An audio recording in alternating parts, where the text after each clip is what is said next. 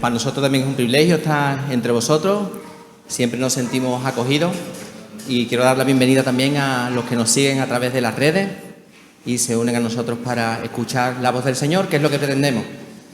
Porque yo la verdad estoy harto de escucharme a mí mismo y mis discursos no son nada interesantes, pero la palabra de Dios es viva, eficaz y de las cosas más bonitas que tiene la palabra de Dios es que es útil, nos prepara para toda buena obra, nos revela quién es Dios y nos revela quiénes somos nosotros. Así que esperamos que en esta mañana el Señor nos hable, que hable en nuestras vidas.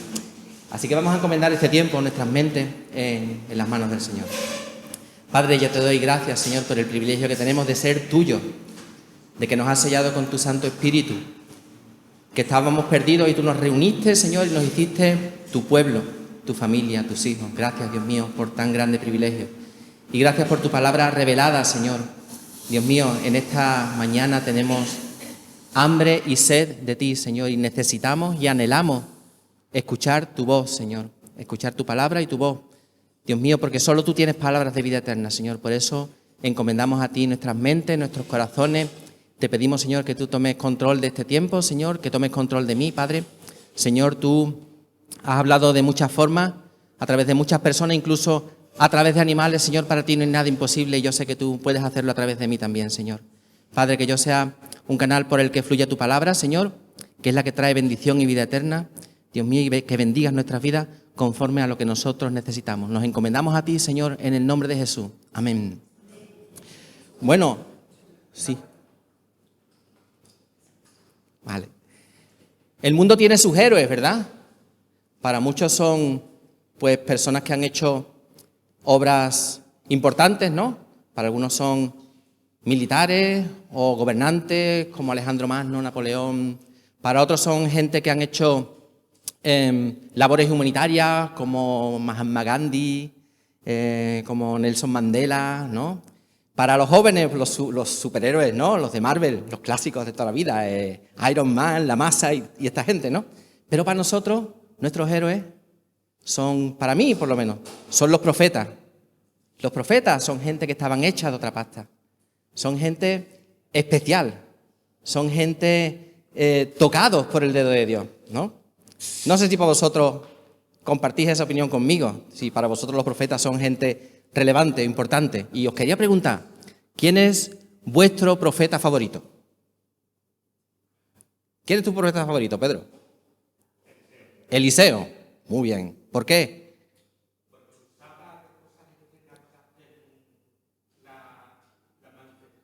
Genial, muy bien. ¿Y para ti, Paco, quién es tu profeta favorito? ¿Verdad? Todos tienen sus puntos. Es verdad. Sí, nosotros distinguimos en la Biblia entre profetas mayores y profetas menores, pero esa distinción es artificial porque todos son instrumentos útiles en las manos de Dios. ¿Y para ti, José Manuel, quién es tu profeta favorito? Jonás. Muy bien. ¿Y para ti, María José?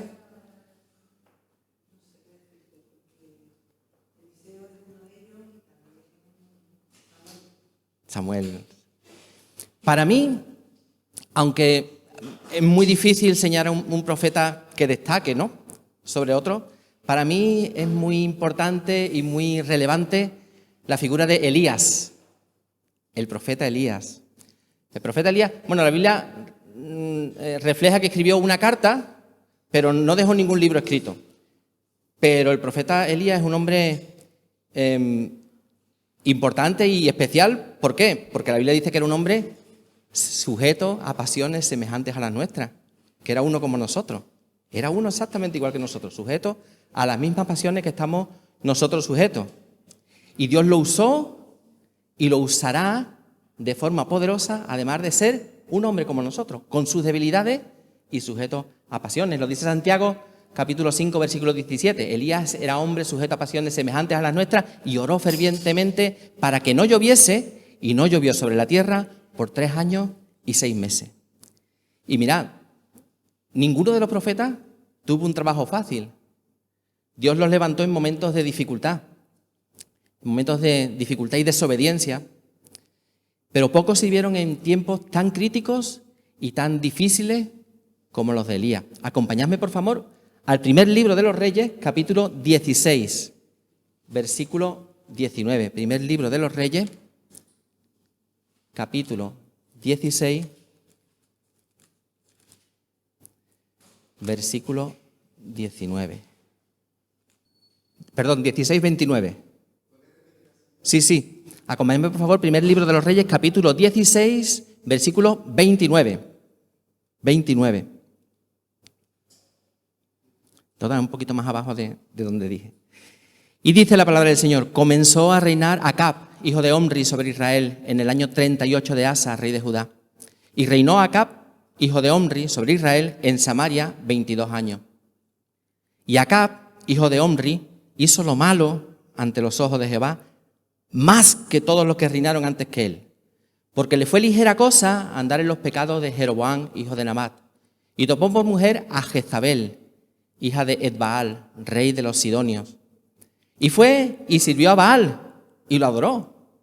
Lo adoró en el templo de Baal, e hizo altar a Baal en el templo de Baal que él edificó en Samaria, en la capital. Hizo también Acab una imagen de Asera, haciendo así Acab más que todos los reyes de Israel que reinaron antes que él, para provocar la ira de Jehová, Dios de Israel.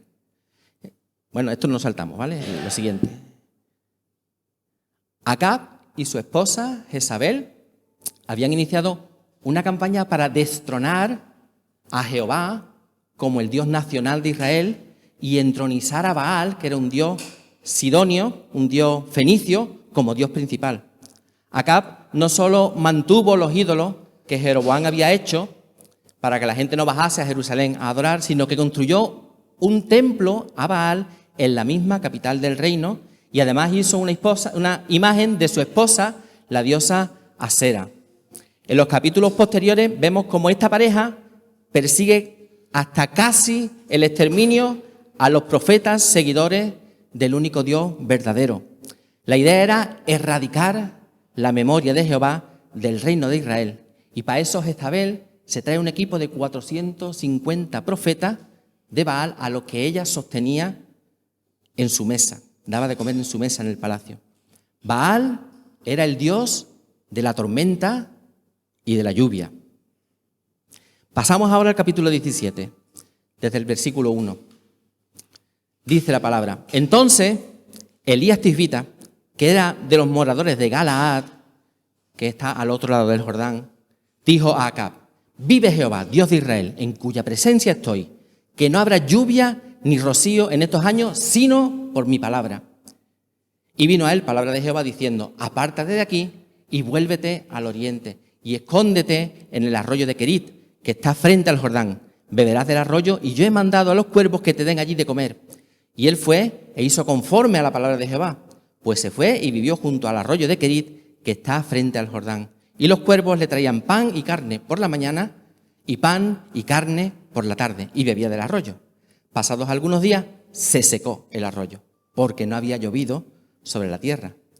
Bueno, esta es la presentación de Elías, y no se nos habla ni de su llamamiento, no se nos dice quién era su padre, no nos hablan de su genealogía. Incluso el adjetivo que le siga a su nombre, Elías Tisbita, ese Tisbita es dudoso, ¿no?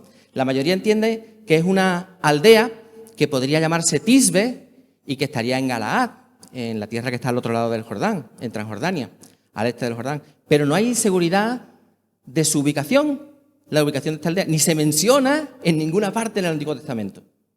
No se menciona. Otros dicen que Tisbita significa extranjero, y que entonces el profeta Elías no sería del pueblo de Israel, sino que sería quizás un ismaelita, descendiente de Ismael. Pero tampoco hay seguridad de esto. El origen de Elías es dudoso.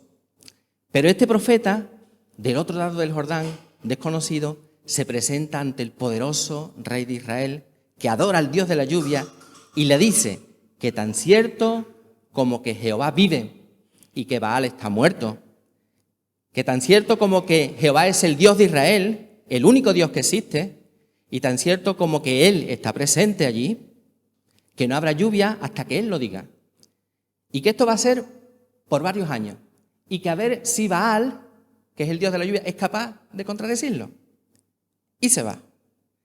No parece que Acab, el rey de Israel, se tomase muy en serio la profecía de Elías al principio, Porque él se fue sin ningún problema, nadie lo detuvo, no le pidieron la documentación, no le dijeron, Elías, estate localizable por si tenemos que hacerte alguna pregunta. Puede que incluso Acab y su corte se riesen, ¿no? El tonto este dice que no va a llover y tenemos nosotros al Dios de la lluvia. Pero la cosa iba a cambiar. Los días empiezan a sucederse y el agua que tenía que caer no cae. Y ellos hacen sacrificios adicionales, ofrendas adicionales y plegarias adicionales a Baal, Dios de la lluvia, y el agua no cae. Y lo sacan en procesión y le rezan y le echan flores y el agua no cae. Entonces Acab se acuerda de lo que le dijo Elías, el loco aquel, y pregunta por aquel hombre que lo retó, que retó a Baal en presencia de todos. Pero la policía de Baal no encuentra a Elías por ninguna parte. Dios le ha dicho que se vuelva a Galaad, al otro lado del Jordán, a un sitio tan escondido que hoy no sabemos dónde está. No sabemos dónde se encuentra el arroyo de Querit. Algunos dan unas ubicaciones, otras otras, pero no se puede localizar el sitio donde Dios le dijo a Elías, ve y escóndete allí hasta que yo te diga. Y allí Elías bebe el agua que sigue fluyendo del arroyo y Dios lo sustenta de forma milagrosa. Él envía cuervos que le llevan pan y carne por la mañana y por la tarde. Así que Elías está comiendo pan y carne por la mañana y por la tarde. Tenía como un kebab por la mañana, kebab por la tarde y agua del arroyo. Y sus hermanos, los profetas, si leí unos capítulos más adelante, sus hermanos, los profetas del Dios verdadero, escondidos en cuevas, solo tenían pan y agua. Pero Elías tenía kebab. Y en el arroyo de Querit, Elías aprendió a confiar en la providencia del Señor. Elías aprendió que Dios es el Dios de Israel, pero que también es el Dios de toda criatura, que su dominio se extiende sobre todo lo creado. Pero el arroyo cada día traía menos agua, se iba secando, hasta que finalmente dejó de llevar agua, se secó. Dios lo prometió, que no iba a llover en la tierra durante varios años. Y ahora Elías empieza a experimentar los efectos del pecado en su vida, los pecados de su pueblo, aunque él y los fieles como él no han contribuido a la apostasía de Israel, aunque él y sus hermanos los profetas habían denunciado el pecado de Israel, aunque ellos no eran culpables de la apostasía ni de la idolatría, Elías empieza a experimentar los efectos del pecado. Elías sufre como todos los efectos de la sequía. Y es que Mateo 5:45 dice que Dios hace salir su sol sobre malos y buenos. Y ahora el sol de Dios ha salido para todos y ha secado el agua de todos y también el agua de Elías. Y nosotros sentimos los efectos de la presencia del pecado en nuestro mundo, aunque no practiquemos el pecado. Esto es lo que le estaba pasando a Elías. ¿Qué pasa entonces con la provisión del Señor? ¿Se ha olvidado Dios de Elías? No. Él tiene planes para Elías. Y ahora el profeta aprende a confiar no en el arroyo ni en los cuervos, sino en el Dios vivo a quien sirve y en cuya presencia está. ¿En qué estamos confiando nosotros? ¿Estamos confiando en nuestro sueldo? ¿Estamos confiando en nuestra paga? ¿Estamos confiando en nuestros clientes? ¿Estamos confiando en nuestra habilidad como profesionales? ¿O estamos confiando en el Dios vivo en cuya presencia estamos? Versículo 8. Vino luego a él palabra de Jehová diciendo, levántate, vete a Sarepta de Sidón y mora allí. He aquí, yo he dado orden allí a una mujer viuda que te sustente. Dios tiene planes para Elías. Dios está dirigiendo la orquesta. Dios prepara a una viuda para que sustente a Elías. Una viuda que es de la tierra de Jezabel. Era de Sarepta de Sidón. Y el padre de Jezabel era el rey de Sidón, Etbaal, rey de Sidón, rey de los sidonios. Entonces Dios manda a Elías a tierra del enemigo. Y Dios va a cuidar de Elías en la tierra del enemigo. Hermano, nosotros estamos en tierra del enemigo. Y Dios está cuidando de nosotros en esta tierra. Ahora, las viudas eran personas desvalidas. Por eso la ley las protegía de una forma especial. Ellos no tenían derecho de herencia, no tenían pensión de viudedad, eran personas dependientes y su red familiar se había roto. Estaban indefensas. Nosotros no sabemos las expectativas que tendría Elías con respecto a aquella viuda, pero es lícito pensar que si Dios le dijo a Elías que iba a preparar una viuda que le daría de comer, que le iba a sustentar, porque la viuda tendría con qué hacerlo, ¿no? Que la viuda tendría posibles para hacerlo. A ver, a lo mejor no era una viuda rica, pero una viuda de clase media alta, ¿no? Una viuda, no sé, pues de un médico, de un ingeniero, de un abogado, ¿no? Que tuviese posibles, ¿no? Para ayudar a Elías. Y cuando llega Elías, versículo 10, entonces él se levantó y se fue a Sarepta, y cuando llegó a la puerta de la ciudad, he aquí una mujer viuda que estaba allí recogiendo leña. Y él la llamó y le dijo, te ruego que me traigas un poco de agua en un vaso para que beba. Y yendo ella para traérsela, él la volvió a llamar y le dijo, te ruego que me traigas también un bocado de pan en tu mano. Dice nuestra Reina Valera del 60. La Biblia de nuestro pueblo dice, mientras iba a buscarla, el agua, Elías le gritó, ¿no? La mujer ya estaba lejos y Elías le grita, por favor, tráeme también un trozo de pan en tu mano. Mientras iba a buscarla, Elías le gritó, por favor, tráeme en la mano un trozo de pan. La Biblia de Jerusalén dice, ella fue a traérsela, pero le gritó, tráeme, por favor, en tu mano un trozo de pan. O sea que la mujer estaba lejos y Elías la llamó, oye, tráeme también algo de picar, ¿no? Seguramente Elías reconoció que esa mujer era viuda porque posiblemente iba vestida de luto. Sus vestidos revelaban que era viuda. Y Elías ve que está recogiendo leña en la puerta de la ciudad. Y eso era una cosa rara, porque la gente iba a buscar leña al bosque, ¿no? ¿Dónde está la leña? ¿Qué hacía esa mujer recogiendo leña en la puerta de la ciudad? Y Elías a lo mejor pensó, bueno, pues la mujer pues, tendrá su rareza, ¿no? No querrá ir al bosque por lo que sea, le dará miedo, no sé. Bueno, tendrá su rareza, pensaría Elías. Y Elías empieza pidiendo una cosa sencilla, ¿no? Una cosa que es de primero de cortesía. Tráeme un poquito de agua, dame una agüita, un vaso de agua. Señora, por favor, me trae un vaso de agua. Sí, hijo, en taza, en vaso de caña. No, tráemelo en un tubo mejor, una maceta que vengo de muy lejos. Y cuando se iba yendo, le dice, señora, ¿me trae algo para picar? Que nosotros diríamos, tráeme unas aceitunitas también, unos altramuses, un poquito de queso, ¿no? Tráeme algo para picar. Y la mujer que se iba yendo, se para, se vuelve despacito y le confiesa a Elías en el versículo 12. Y ella respondió, vive Jehová tu Dios, que no tengo pan cocido. Solamente un puñado de harina tengo en la tinaja y un poco de aceite en una vasija. Y ahora recogía 2 leños para entrar y prepararlo para mí y para mi hijo, para que lo comamos y nos dejemos morir. Ese vive Jehová que le dice la viuda no es que ella fuese creyente en el Señor, no, es una forma de cortesía, una fórmula de cortesía. De la misma manera que Elías se había dado cuenta que esa mujer era viuda por cómo iba vestida, pues esta mujer se había dado cuenta que este hombre era un profeta de Dios por cómo iba vestido. El aspecto que tenía ese hombre. La viuda podía ver por su aspecto que era un siervo de Dios. Y así debía ser con cada uno de nosotros, ¿no? La gente tiene que reconocer en nosotros a quién servimos. La gente debería notar que respetamos y que amamos a Dios. Nuestra forma de vestir, nuestra forma de hablar, nuestra disposición y nuestro testimonio deben gritar que pertenecemos al Señor. Jesús dijo que nosotros somos la sal de la tierra, que nosotros somos la luz del mundo. Nuestro comportamiento debe reflejar lo que somos. Así alumbre vuestra luz delante de los hombres, dice el Señor. Y la viuda notó que Elías servía al Señor y le confiesa su terrible situación. Todo el alimento del que dispone se reduce a un puñado de harina y un poco de aceite, que eso quizás no bastase ni para una persona. Su plan era recoger 2 leños, alguna versión dice 2 astillas, porque para lo que tenía tampoco necesitaba mucha leña.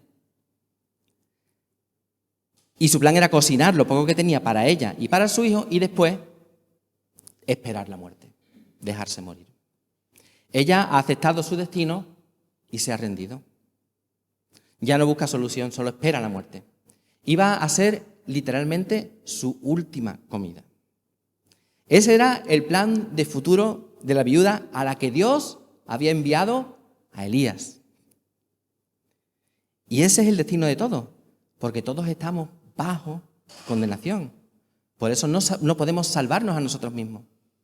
Por eso necesitamos un Salvador. Por eso nos envió Dios a Cristo en nuestra desesperación. Y por eso Dios envió a Elías a Sarepta de Sidón, en la desesperación de esta mujer viuda. El Señor dijo en la sinagoga de Nazaret que había muchas viudas en Israel en tiempos de Elías, pero que Él fue enviado a la viuda que estaba recogiendo leña en la puerta de la ciudad de Sarepta de Sidón. Seguro que había mucha gente potente en Sarepta, ¿no? Gente con recursos, con ahorros, con contactos. Los fenicios eran un pueblo muy viajero, muy marítimo, ¿no? Ellos fundaron colonias, ¿no? Incluso en España, en Cartago, Cartagena. Eran gente que podían vivir de la pesca, tenían muchos recursos. Pero Dios envió a Elías a la viuda más desesperada que había en la ciudad de Sarepta. Y ante semejante perspectiva, cualquiera, otro que no fuera Elías, hubiera orado: Señor, envíame un cuervo con carne y con pan, para que tenga para merendar algo. Pero Elías había aprendido a confiar no en los cuervos ni en las viudas. Elías había aprendido a confiar en el Dios vivo que dispone de todos los recursos. Y Elías le contesta en el versículo 13.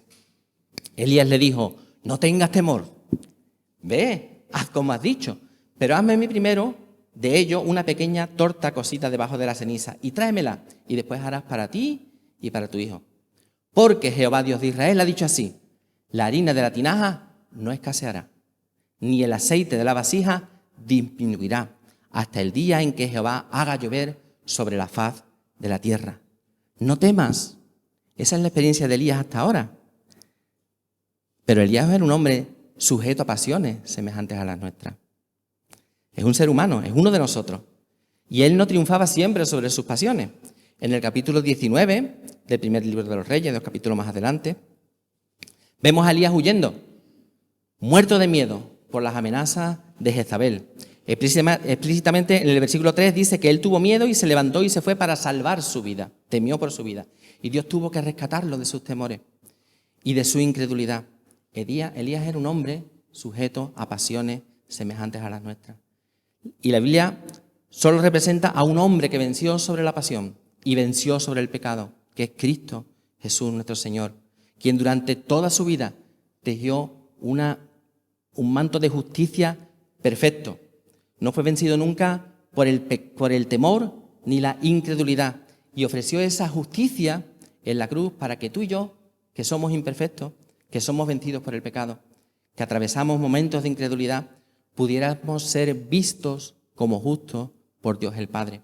No hay otra forma de alcanzar la salvación y la vida eterna sino a través de Jesucristo. Lo que nosotros hacemos nos condena. Lo que Cristo hace nos salva y recibimos esa salvación por medio de la fe, por gracia, gratis. Por gracia somos salvos y eso por medio de la fe. Elías era un hombre sujeto a pasiones, pero ahora está en un buen momento. Elías ha comprendido que Dios es su Salvador, que Él es su proveedor y lo comparte con la viuda. No temas, Dios está cerca, Dios no se ha olvidado de ti. Él va a cuidarte. Él quiere pastorear tu corazón. Él quiere poner armonía en tu vida y traer paz y traer salvación y traer vida, vida abundante, vida eterna. Dios quiere visitarte, Dios quiere vivir en ti. Dios quiere que le rindas tu vida, que no luches más con Él. Dios quiere que dejes de buscar en la basura como estaba buscando la viuda de Sarepta. No tengas temor, le dice Elías. Ve a hacer la comida para tu familia. Confía, porque el Señor ha dicho que tu harina no escaseará, que habrá suficiente harina y que el aceite no disminuirá. No tienes mucho, pero no va a faltar. El Señor lo ha dicho y eso será así hasta que el Señor haga volver a llover sobre la tierra. Y le dice Elías: pero hazme a mí primero una torta cocida debajo de la ceniza, ¿vale? Que esté en su punto, ¿no? Ni muy poco hecha, no me la traigas medio cruda, pero tampoco me la traigas chamusca. Tráemela en su punto. Y que no se te olvide el agua. Y la palabra de Dios, la palabra de Dios que no es solo la palabra de Elías, que es la palabra de Dios, llega al corazón de esta mujer. Y creyó. Porque la fe auténtica viene por el oír, pero no por oír cualquier cosa. No por oír cualquier cuento, cualquier quimera, cualquier deseo humano, cualquier plan humano. La fe auténtica viene por oír la palabra de Dios.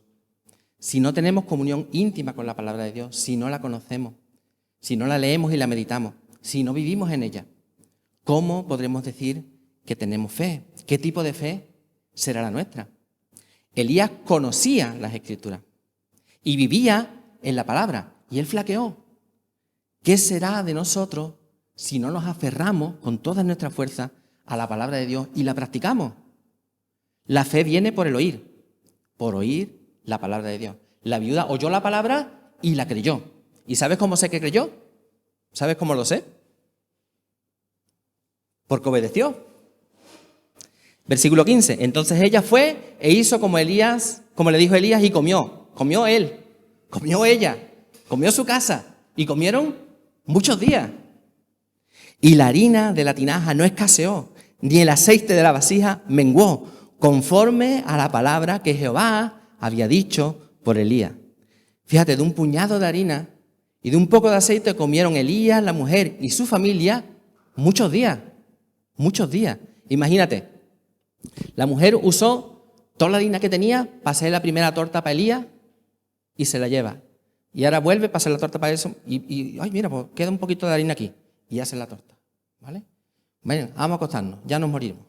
Y a la mañana siguiente, vamos a desayunar. Y la mujer mete la mano en la tinaja y dice, aquí hay harina para todo el mundo. Aquí hay harina para todos los míos y hay harina para Elías. Y aquí hay aceite. Hoy comemos torta de aceite. Así por la mañana en el desayuno. Y al mediodía. Y por la noche. Y al día siguiente. Y siempre había harina en la tinaja. Y siempre había aceite en la tinaja. Y así un día y otro, y otro, y otro, y otro, y otro. Durante varios años. La mujer le diría a Elías, ¿esto qué es? ¿Qué pasa aquí? ¿Quién es el Dios ese a quien tú sirves? Y Elías empieza a decir, bueno, pues en el principio Dios creó los cielos y la tierra, tú sabes, ¿no? Y le cuenta la historia de la salvación. Y esa mujer empieza a conocer a Dios por la palabra de Elías, que no es la palabra de Elías, es la palabra de Dios. Júntate con quien conozca la palabra. Júntate con quien conozca la palabra. Pregúntale tus dudas. Compártele lo que estás leyendo y vive en la palabra del Señor. Porque la palabra de Dios es muchas cosas. Es sabia, es profunda, es hermosa. Pero lo más importante es que es útil. Es útil para prepararnos para toda buena obra. Y además la Biblia es realista. Él no nos muestra solo la cara amable de la vida de fe. Nos muestra también sus dificultades. Para que no nos cojan por sorpresa. La Biblia no dice que haciendo cosas buenas nos pasarán cosas buenas. No nos dice que mientras andemos en los caminos del Señor nada malo podrá pasarnos. Porque también les pasan cosas malas a los que hacen cosas buenas, a los creyentes. Y lo que sigue es un ejemplo de eso. Versículo 17. Después de estas cosas aconteció que cayó enfermo el hijo de la ama de casa y la enfermedad fue tan grave que no quedó en él aliento, dice nuestra Reina Valera del 60, que es tan elegante, ¿verdad? No quedó en él aliento. La Biblia de nuestro pueblo dice, más tarde cayó enfermo el hijo de la dueña de la casa. La enfermedad fue tan grave que murió, por si alguien dudaba. La versión internacional dice, poco después se enfermó el hijo de aquella viuda y tan grave se puso que finalmente expiró. Y ella le dice a Elías, ¿qué tengo yo contigo, varón de Dios? ¿Has venido a mí para traer a memoria mis iniquidades y para hacer morir a mi hijo? La versión de Torres Amat dice, por lo cual dijo a Elías, ¿qué te he hecho yo? ¿Qué te he hecho yo, varón de Dios? Has entrado en mi casa para renovar la memoria de mis pecados y en castigo de ellos hacer morir a mi hijo. La historia ahora toma tintes dramáticos. El hijo de la viuda, que debía ser un niño pequeño, muere de una enfermedad. Y para cualquier padre, la pérdida de un hijo es algo terrible, porque lo natural es que enterremos a nuestros padres y no que enterremos a nuestros hijos. Yo no puedo ni imaginar el dolor que supone ver morir a un hijo y no poder hacer nada para evitarlo. Pero para la viuda, además, estaba muriendo la esperanza de ser sostenida en su vejez. La expectativa de un futuro acogedor se había esfumado delante de sus ojos y no se había podido hacer nada para remediarlo. Además, el pasaje da a entender que la enfermedad fue creciendo en gravedad hasta que finalmente le arrebató la vida. Es decir, que la viuda veía cada día como la vida de su hijo se iba apagando poco a poco y no podía hacer nada. no podía hacer nada, mientras su desesperación iba creciendo al mismo tiempo que se agudizaba la gravedad de la enfermedad de su hijo. No se nos dice qué remedios usaría esta mujer, pero podemos imaginar que hizo todo lo que estaba en su mano para intentar recuperar la salud de su hijo. Y constataba momento a momento de que nada de lo que hacía podía alejar la muerte de su hijo. Y seguramente le habría pedido ayuda a Elías. Elías, tú que estás cerca de Dios, ruega por él, que no se me muera, que no se nos muera. Pero por algún motivo, ni siquiera el profeta pudo hacer nada por salvar la vida del pequeño. Se consideraba a menudo que los profetas eran gente peligrosa. Era peligroso estar cerca de un profeta. Un riesgo considerable. Tenemos ejemplos en la Biblia de personas que tuvieron un final trágico por estar cerca de los profetas. Algunos de ellos por sus propios pecados, como por ejemplo Giezi, el criado de Eliseo, que quedó leproso por su avaricia. Y tenemos también casos dramáticos que no podemos explicar, como la muerte de la mujer de Ezequiel, la esposa de Ezequiel. Por otra parte, si el profeta se airaba o se ofendía por cualquier cosa, en cualquier momento podía pronunciar impulsivamente alguna maldición que inevitablemente se haría realidad. Y en la Biblia tenemos, por ejemplo, también el caso de Eliseo, ¿verdad? Cuando los jóvenes lo insultaron y acabaron devorados por bestias salvajes, ¿no? Era peligroso estar cerca de un profeta.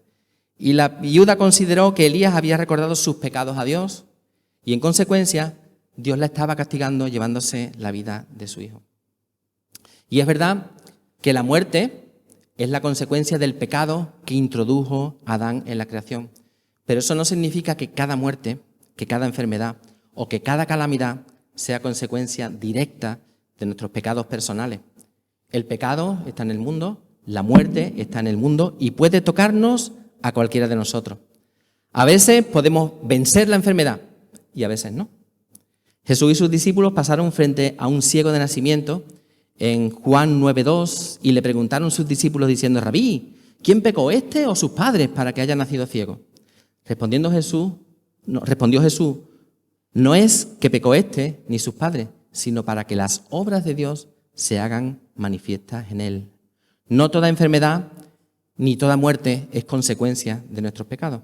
Pero la mujer, en su desesperación, enfrenta a Elías y le hace responsable de la muerte de su hijo. Y Elías tampoco comprende bien la situación. Él lleva bastante tiempo viviendo en casa de la viuda y no comprendía el propósito de aquella muerte. En cierta forma, él también se sentía como responsable y se siente obligado a tomar cartas en el asunto. Aunque él tampoco tenía mucha idea de cómo se podía arreglar eso. No es como arreglar el tejado o arreglar una puerta o arreglarle una silla que cojea, ¿no? ¿Qué podía hacer él para devolver la vida al chiquillo? Versículo 19. Él le dijo: dame acá tu hijo. Entonces él lo tomó de su regazo y lo llevó al aposento donde él estaba y lo puso sobre su cama. La versión internacional dice: dame a tu hijo, contestó Elías, y arrebatándoselo del regazo, Elías lo llevó al cuarto de arriba, donde estaba alojado, y lo acostó en su propia cama. Se ve que Elías también estaba un poquillo desesperado, ¿no? La reacción de Elías es un poquillo desesperada. Elías quiere tomar cartas en el asunto, pero parece muy bien que no sabe muy bien cómo hacerlo. Para empezar, él no lo hace públicamente, ¿no? Capítulo más adelante, cuando él reta a los profetas de Baal, él convoca a todo el mundo. Vení y ved las obras de Dios. Pero ahora no. Porque seguramente él no sabe qué va a pasar. No convoca a los vecinos para que sean testigos del poder de Dios. Ni siquiera se atreve a que la madre esté presente. Él lleva al pequeño a su aposento. La versión internacional dice el cuarto de arriba. Y Elías busca privacidad. Privacidad. Seguramente con la puerta del aposento cerrada, Elías derrama su corazón en la presencia del Señor. Versículo 20 dice: y clamando a Jehová dijo: Jehová Dios mío, aún a la viuda en cuya casa estoy hospedado. Que fijaos que las notas de la Biblia de las Américas dicen: en cuya casa estoy peregrinando. Porque Elías sabe que está de paso. Elías sabe que allí está de paso.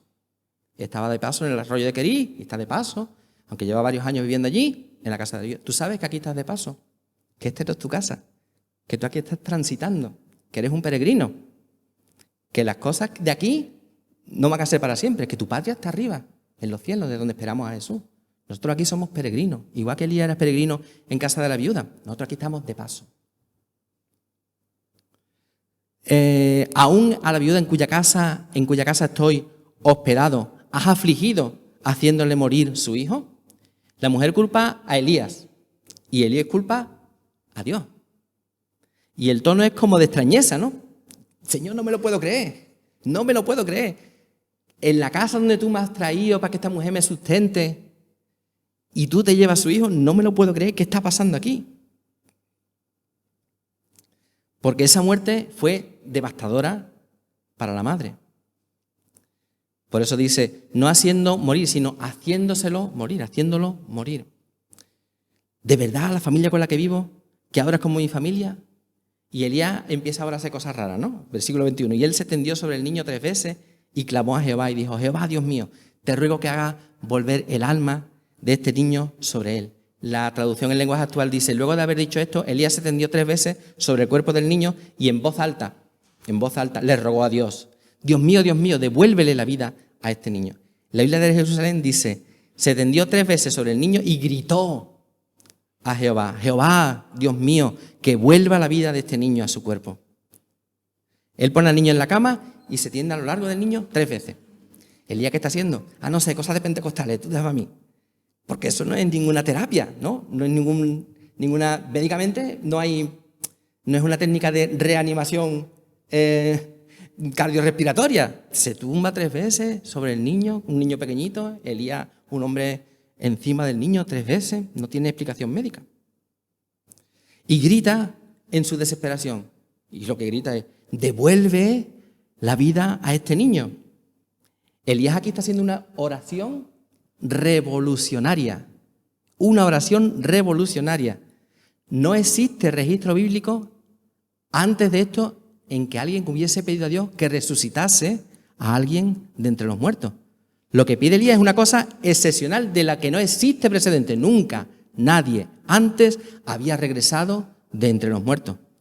Pero Elías le pide a Dios, haz que el niño reviva. Pero eso no es lo importante es lo que pone el versículo 22. Y Jehová oyó la voz, dice nuestra Reina Valera, ¿no? Tan elegante. La Nueva Traducción Viviente dice que Jehová oyó la oración. La Biblia del Peregrino dice que Dios escuchó la súplica. La versión internacional dice que Dios escuchó el clamor. Pero la Biblia de Jerusalén dice que Él escuchó el grito. Dios escuchó el grito de desesperación de Elías. Y el alma del niño volvió a él y revivió. Oyó el Señor la súplica y volvió el alma del niño a entrar en él y resucitó, dice la Biblia del Peregrino. Lo interesante de las oraciones de Elías no es el volumen en el que las hacía o los actos que acompañaban esas oraciones, sino que Dios las escuchaba. Dios escuchó las razones de Elías y contestó su oración. Hizo algo que nunca antes había pasado, algo que Dios nunca antes había hecho. Sacó a alguien del reino de los muertos y lo trajo al reino de los vivos. 2 consideraciones a raíz de esto.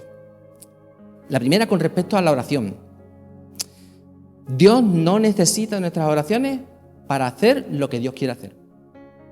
Dios puede hacer lo que Él quiera y no necesita tu permiso y no necesita tu petición, porque Dios es soberano y Él hace lo que quiere, cuando quiere y como quiere. Pero Dios también ha decidido hacer cosas en respuesta a nuestras oraciones. Dios puede hacer las cosas sin tus oraciones, pero Dios ha decidido hacer cosas respondiendo tus oraciones. Eso significa que Dios nos ha dado el privilegio y la responsabilidad de orar. En la oración nosotros no torcemos el brazo de Dios. No lo obligamos a hacer algo que Él no quiere. No lo manipulamos, ni lo convencemos para que haga lo que nosotros queremos. En la oración nosotros aprendemos a someternos a su voluntad y a alinearnos con sus planes. En la oración nosotros declaramos nuestra dependencia de Dios. Elías no ordena al alma del niño que vuelva. Elías no decreta vida para el niño. Elías suplica, Elías ruega, Elías clama a Dios que devuelva la vida del niño. Si Dios no lo hace, es que no es su voluntad. Y si lo hace, es que es su voluntad.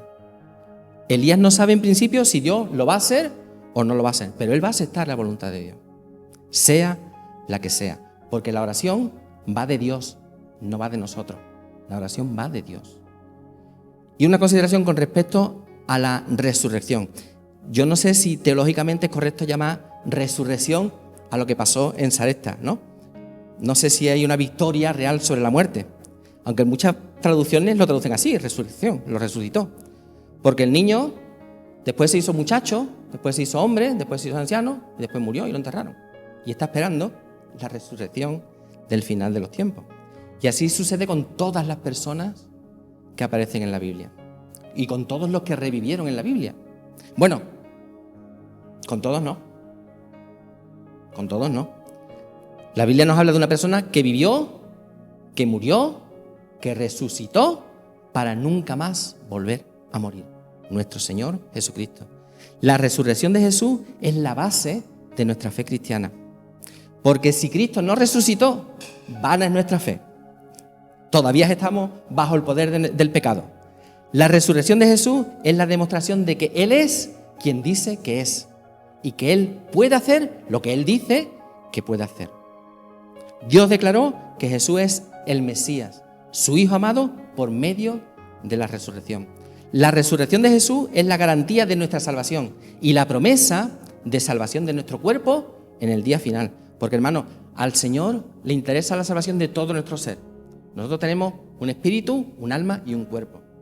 Nuestro espíritu se salva en la regeneración, en el nuevo nacimiento. Cuando aceptamos a Jesús como nuestro Salvador, cuando lo recibimos como nuestro Salvador. Cuando nos arrepentimos de nuestros pecados y clamamos por perdón, nuestro espíritu se regenera, es salvo instantáneamente. Nuestra alma se está salvando por un proceso que el Espíritu Santo está haciendo en nosotros ahora, que se llama santificación. Significa que el Espíritu Santo está formando en nosotros el carácter de Jesucristo. Es la salvación de nuestra alma. Y nuestro cuerpo, que también a Dios le interesa, se salvará en la resurrección, donde recibiremos un cuerpo transformado, un cuerpo espiritual capaz de vivir en las nuevas condiciones de la vida futura. Y volviendo a nuestra historia, el versículo 23. Tomando luego Elías al niño, lo trajo al aposento de la casa y lo dio a su madre y le dijo a Elías: mira, tu hijo vive. Es un momento de alegría, de gozo. Dios ha respondido al clamor y la oración de Elías. Y la familia y Elías han experimentado la bondad de Dios, su misericordia y su amor. Mira, le dice Elías, compruébalo, experiméntalo, siente la bondad del Señor.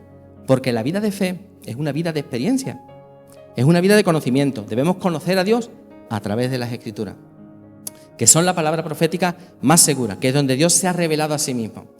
Pero si sabemos muchas cosas de Dios y no andamos con Él, realmente sabremos muchas cosas de Dios, pero no hemos llegado a conocerle. Y nosotros, hermanos, amigos, estamos aquí en la tierra para conocer a Dios, para conocerle a Él. Conócelo, experiméntalo, camina con Él, tenlo presente en tu vida, reconócelo en todos tus caminos y Él enderezará tus veredas. Mira, tu hijo vive, le dice Elías a la viuda, y ella responde, versículo 24. Entonces la mujer dijo a Elías: ahora conozco que tú eres varón de Dios y que la palabra de Jehová es verdad en tu boca. Y no sé a vosotros, a mí me llama mucho la atención, ¿no?, lo que dice la viuda. Ahora conoce que él es varón de Dios y que la palabra de Jehová es verdad en su boca. ¿Y lo del aceite y lo de la harina? ¿Eso qué fue?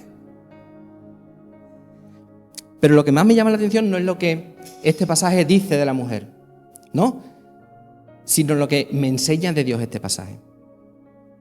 Acompáñame, por favor, en el capítulo 11 de Hebreos, ¿no?, que es lo que nosotros llamamos la galería de los héroes de la fe. Hay un pasaje que quisiera compartir con vosotros. Hebreos capítulo 11, versículo 35, y ya estoy terminando. Hebreos 11, 35. Dice: Bueno, si tenéis la Reina Valera del 60, vais a notar una cosa. Dice la palabra, las mujeres recibieron sus muertos mediante resurrección.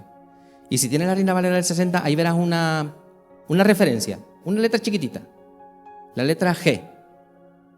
Y si tú miras abajo, bueno, algunas versiones están abajo, otras ediciones están en el medio, miras dónde está la letra G y mira dónde te manda este pasaje de Primera de Reyes 17. Hebreos dice que mediante la fe esta mujer recibió a su muerto mediante la resurrección, por la fe, por su fe. Pero en el pasaje de Primera de Reyes no vemos la fe de esta mujer hasta el final. No, dice, ahora está al final del pasaje. En este pasaje lo que vemos es la desesperación y el dolor. Vemos la fe al final. Pero para Dios es como si ella hubiese creído siempre, desde el principio. Cuando nosotros nos arrepentimos de nuestros pecados y depositamos nuestra fe en el Señor, Él se olvida de esas cosas, de las cosas pasadas. Se olvida y no tiene más memoria. Para Dios no cuenta ese periodo de incredulidad. Cuenta cuando ella tuvo fe. Y cuenta como si hubiese tenido fe desde el principio hasta el final. Él nos da, nos recibe en el momento en que tenemos fe, sin contar con el pasado, sin darle importancia al pasado, y nos da la bienvenida a casa. Elías era un hombre sujeto a pasiones semejantes a las nuestras, pero fue un hombre de fe. Y fue un hombre que tradujo su fe en obediencia. Elías nos enseña que Dios tiene cuidado de nosotros, pero que lo importante no son las cosas con las que Dios nos cuida. Lo importante es Dios quien nos cuida. Elías nos enseña que no debemos poner nuestra atención en las cosas temporales, sino en aquel que es eterno. Elías nos enseña que la fe viene por el oír, pero no por oír cualquier cosa, por oír la palabra de Dios, y que debemos conocer y vivir las Escrituras. Elías nos enseña que la vida de fe es una vida de experiencia, que se trata de andar con Dios y reconocerlo en todos nuestros caminos y dejar que Él enderece nuestras veredas. A Dios sea la gloria. Señor, yo te doy gracias porque mucha gente vive de espaldas a ti, pero nosotros queremos vivir frente a ti. Queremos transitar tus veredas, poner nuestra fe en ti sin reserva alguna, Padre, y experimentarte en nuestra vida. Señor, endereza nuestras veredas, Señor. Lo que está torcido, ponlo recto.